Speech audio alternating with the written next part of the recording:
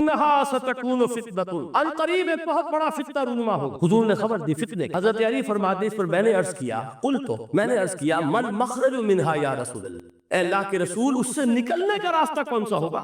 دیکھیے یہ لکھا ہوا ایگزٹ، نکلنے کا راستہ، اور عام طور پر آپ نے دیکھا ہوگا بڑے ہالز میں یہ سرخ روشنی ہوتی ہے، اس میں اس کا اہتمام کیا جاتا ہے کہ اگر خدا نہ خواستہ کو حادثہ ہو جائے لوگوں کو معلوم ہو نکلنے کا راستہ کون سا، یہ مخرج ہے۔ حضور نے خبر دی کہ فتنہ ہوگا۔ تو دیکھیے میں ایک بات عرض کیا کرتا ہوں، ذرا توجہ کیجئے، ہمارا حال کیا ہے؟ ہم بڑے ریشنلسٹ قسم کے لوگ ہیں، یہ زمانہ ریشنلزم کا ہے۔ اگر ہم ہوتے تو کیا پوچھتے؟ وہ فتنہ کیا ہوگا، کیوں ہوگا، کہاں سے آئے گا؟ ہمارے سوال یہ ہوتے، کب آئے گا، کیوں، کہاں، کب، کیسے؟ ان سب کی حیثیت علمی سوالات کی ہے۔ بھائی کب آئے گا ایک علم ہے، کیسے آئے گا علم ہے، کہاں سے آئے گا علم ہے، لیکن اصل جو عملی اعتبار سے اہمیت والی شے ہے، بچاؤ کا راستہ کون سا ہوگا محمد الرسول اللہ، یہ بتائیے ہم۔ مل مخرج منہا یا رسول اللہ، حضرت علی نے یہ نہیں پوچھا فتنہ کیا ہوگا، کہاں سے آئے گا حضور، کیوں آ جائے گا، کب آ جائے گا، نہیں، مل مخرج منہا یا رسول اللہ، اے اللہ کے رسول یہ بتائیے کہ جب وہ فتنہ رونما ہوگا تو نکلنے کا راستہ کون سا ہوگا؟ اس کا جواب ہے، ارشاد فرمایا محمد رسول اللہ نے، کتاب اللہ، اللہ کی کتاب ہے وہ مخرج، یہ کتاب ہے کہ جس کو تھامو گے تو فتنوں سے محفوظ رہو گے۔ اس کے بعد آپ فرماتے ہیں فیہ نبأ ما قبلکم وخبر ما بعدکم وحکم ما بینکم، اس میں تم سے پہلوں کی بھی خبریں موجود ہیں، عاد اور سمود اور قوم نوح اور قوم ہود اور قوم لوط اور قوم صالح اور آل فرعون، یہ کون ہے؟ من قبلکم، تم سے پہلے، وفیہ خبر ما بعدکم، جو کچھ تمہارے بعد ہونے والا ہے اس کی خبریں بھی موجود ہیں، لیکن وہ کیسے ہوں گی؟ وہ بٹوین دی لائنز ہوں گی، وہ بین السطور ہوں گی۔ ان کے لیے انسان کو، آپ کو معلوم ہے ایک عبارت میں سطور ہوتی ہے اور ایک درمیان میں ہوتا ہے، ان کے کچھ لکھا ہوا نہیں ہوتا۔ You have to read between the lines۔ قرآن میں بعد میں آنے والے حالات بھی درج ہیں، لیکن اس طرح نہیں جیسے کہ پچھلے حالات درج ہیں۔ اس کے لیے ذرا ان ڈیپتھ پونڈرنگ اوور، غور و فکر اور تدبر کی ضرورت ہے۔ وَحُکْمُ مَا بَيْنَكُمْ، اور جتنے اختلافات تمہارے اندر پیدا ہوں گے تا قیام قیامت، ان سب کا فیصلہ بھی اس کتاب میں موجود ہے۔ وَهُوَ حَبْلُ اللَّهِ الْمَتِينُ وَهُوَ الذِّكْرُ الْحَكِيمُ، یہی تو ہے وَهُوَ الصِّرَاطُ الْمُسْتَقِيمُ، سیدھا راستہ، اور کون سا؟ یہ قرآن تو ہے۔ ہر رکعت میں کہتے ہو اہدنا الصراط المستقیم، اور قرآن دیا ہوا اس پر غور نہیں کرتے۔ عجیب تماشا ہے ہمارا، نماز کی ہر رکعت میں اہدنا الصراط المستقیم، اور حضور فرمایا وہ الصراط المستقیم، صراط المستقیم یہ قرآن ہی تو ہے، الذکر الحکیم یہ قرآن ہی تو ہے، وہو حبل اللہ المتین، اور یہی ہے اللہ کی مضبوط رسی۔ آپ نے قاری صاحب سے وہ آیات سنی سورہ آل عمران کی، وَاعْتَصِمُوا بِحَبْلِ اللَّهِ جَمِيعًا وَلَا تَفَرَّقُوا، اللہ کی رسی کو مضبوطی سے مل جل کر تھامو اور تفرقے میں مبتلا نہ ہو۔ تفرقہ ہوگا تو کیا ہوگا؟ تمہاری ہوا اکھڑ جائے گی۔ آج آپ کو معلوم ہے دول عرب اگر یہ یکجا ہو جائیں، ایک دن کے لیے اسرائیل قائم نہیں رہ سکتا، امریکہ نہیں، امریکہ کا باپ اسے قائم نہیں رکھ سکتا۔ اگر امت عرب ہی جمع ہو جائے، عالم اسلام تو بڑی شے ہے، جو وسائل ان کے پاس ہے، جو اللہ تعالیٰ نے ان کو نعمت عطا فرمائی، لیکن افتراق، انتشار، اختلاف، جتھے بندی، گروہ بندی، دھڑے بندی، اس نے اسرائیل کا خنجر ان کے سینے میں پیوست کیا، اس لیے کہ فَتَذْهَبَ رِيحُكُمْ، اگر تم اختلاف کرو گے تو تمہاری ہوا اکھڑ جائے گی، آج وہ ہوا اکھڑ چکی۔ تو فرمایا وَاعْتَصِمُوا بِحَبْلِ اللَّهِ جَمِيعًا وَلَا تَفَرَّقُوا، اللہ کی رسی کو مضبوطی کے ساتھ مل جل کر تھامو اور تفرقے میں مت پڑو۔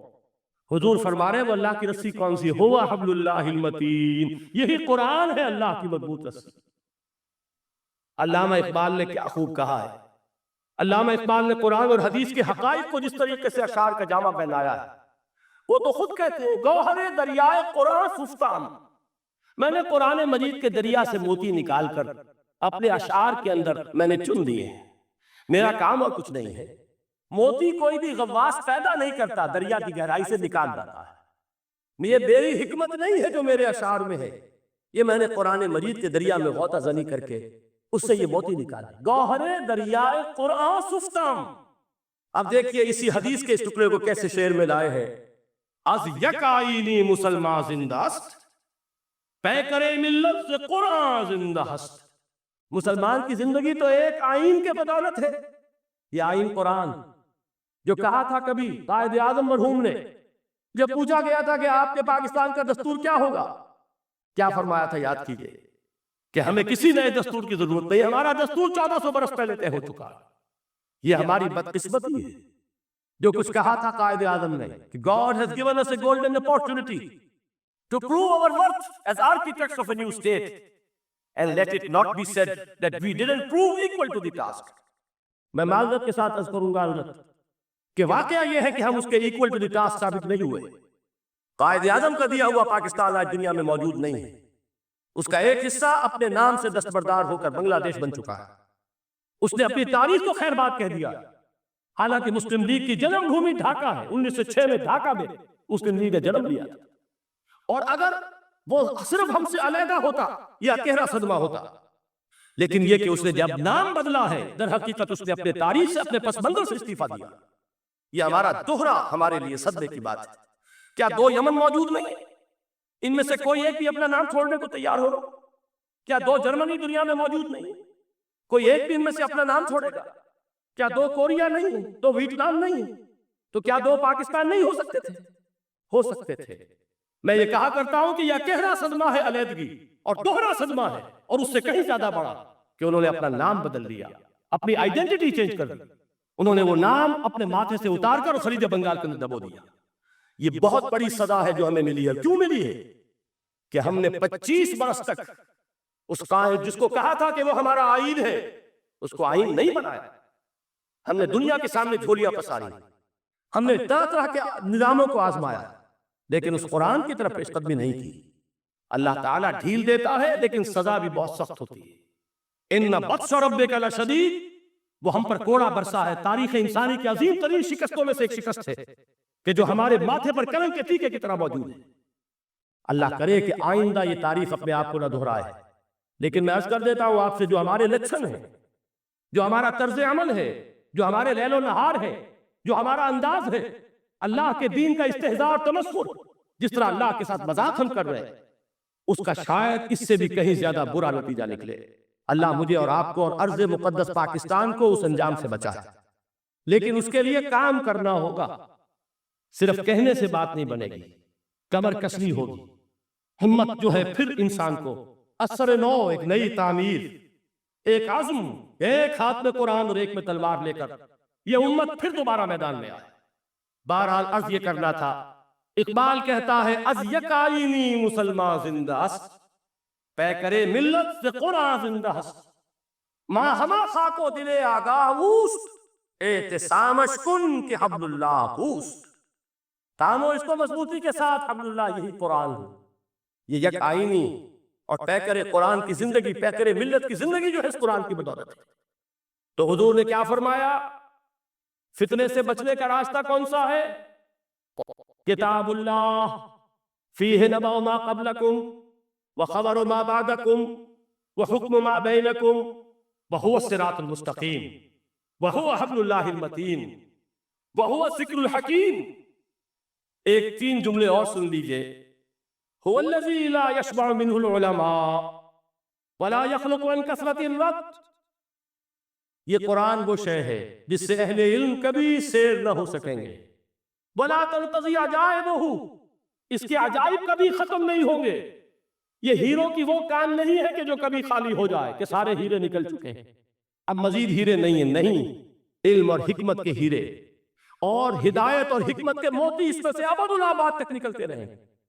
ضرورت صرف کھودنے کی ہے، میں نے وہ لفظ استعمال کیا تھا۔ آج کا قرآن کھودنا ہوگا، آج کی ہدایت اس قرآن سے نکالنی ہوگی۔ قرآن جب نازل ہوا آن دی سرفیس، بالکل ظاہر وہ تھی اس کی ہدایت جو اس دور کے لیے ضروری تھی۔ ہمیشہ کی ہدایت اس کے اندر رکھ دی گئی ہے، اس میں مضمر ہے، اس میں چھپی ہوئی ہے، اس کے لیے تدبر کی ضرورت ہے۔ کتاب انزلناہ الیک مبارک لیدبروا آیاتہ ولیتذکر اولو الالباب۔ لوگ تدبر کریں، اس کی گہرائیوں کے اندر غوطہ زنی کریں۔ لا تنقضی عجائبہ، اس کے عجائب کبھی ختم نہیں ہوں۔ ولا یشبع منہ العلماء، اہل علم کبھی اس سے سیر نہیں ہوں گے۔ آپ کو سخت بھوک لگی ہوتی ہے اور کھانا کھانے کی تھوڑی دیر کے بعد اب آپ کا ہاتھ رک جاتا ہے، سیر ہو گئے، بہترین کھانا ہے لیکن نہیں کھا سکتے۔ اگر عام حالات میں وہ آتا تو کبھی نہ چھوڑتے، لیکن اب وہ آپ کا میزبان کہہ رہا کچھ اور لیجیے، تناول فرمائیے ذرا یہ بھائی نہیں میں اب بھر چکا، یہ آپ کہتے ہیں کہ نہیں؟ حضور فرمایا یہ قرآن وہ شے نہیں ہے جس سے اہل علم کبھی سیر ہو سکے، ان کی پیاس بڑھتی چلی جائے، ان کے اندر quest of knowledge, search for wisdom بڑھتی چلی جائے، کبھی بھی انسان یہ محسوس نہیں کرے گا کہ مجھے جو لینا تھا میں لے چکا، بلکہ یہ کہ جیسے جیسے قدم آگے بڑھیں گے تہذیب کے، تمدن کے، علم کے، اتنے ہی قرآن جو ہے وہ آگے بڑھتا چلا جائے گا ہر دور کی رہنمائی کے لیے۔ لا تنقضی عجائبہ ولا یخلق عن کثرت الرد، بار بار کے پڑھنے سے اس پر بوسیدگی طاری نہیں ہو۔ دنیا کی اور کتابیں ہیں، ایک دفعہ پڑھ لیں گے، 2 دفعہ پڑھ لیں گے، 3 دفعہ پڑھ لیں گے، 4 دفعہ پڑھ لیں گے، پھر جی نہیں چاہے۔ لیکن یہ کتاب وہ ہے، امام شافعی کا میں واقعہ آپ کو سناتا ہوں۔ وہ یہ کہتے ہیں کہ ایک مرتبہ میرے ذہن میں یہ سوال آ گیا کہ اجماع کے لیے بھی قرآن مجید میں کوئی سند ہے، دلیل ہے؟